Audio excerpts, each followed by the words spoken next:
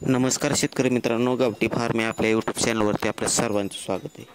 शेतकरी मित्रांनो, प्रामुख्याने जर विचार केला आपण तर आंबा कलम बरेच शेतकरी करत असतात. परंतु आपण काय होतं की खूप मोठे कलम करतो, साधारणपणे 20 ते 30 कलम आपण केले तर आपल्याला लक्षात राहत नाही की आपण कोणकोणत्या व्हरायटीचे आपण कलम केले.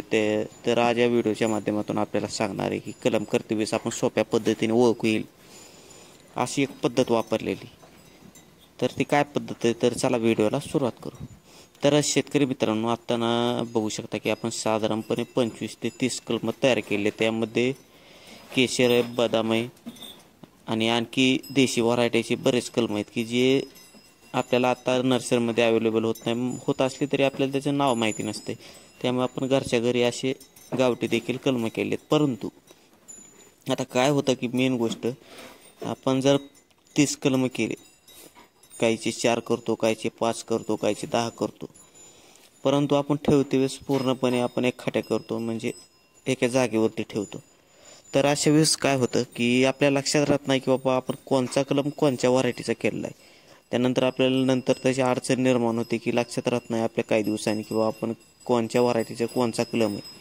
तर त्यासाठी आपण बघू शकता की आपण काय केलं आहे की आपल्या वहीचा पुष्ठा असतो, तो पुष्ठा कट करून त्याला होल मारून आपण दोऱ्याच्या सहाय्याने आपण त्याच्यावरती ज्या व्हरायटीचं आपण कलम केलं त्या व्हरायटीचं नाव वरती लिहिलेलं आहे की जेणेकरून आपल्याला लक्षात येईल की हा कलम ह्या व्हरायटीचा आहे.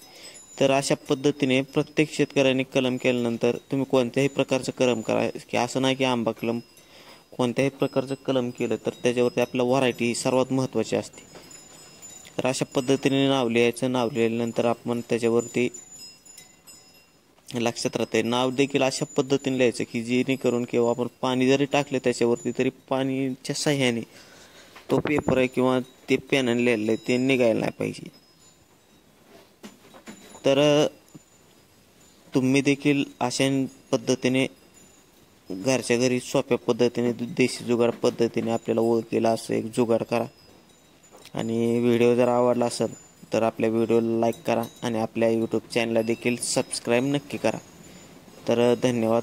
नंतर भेटू अशाच नवीन व्हिडिओमध्ये.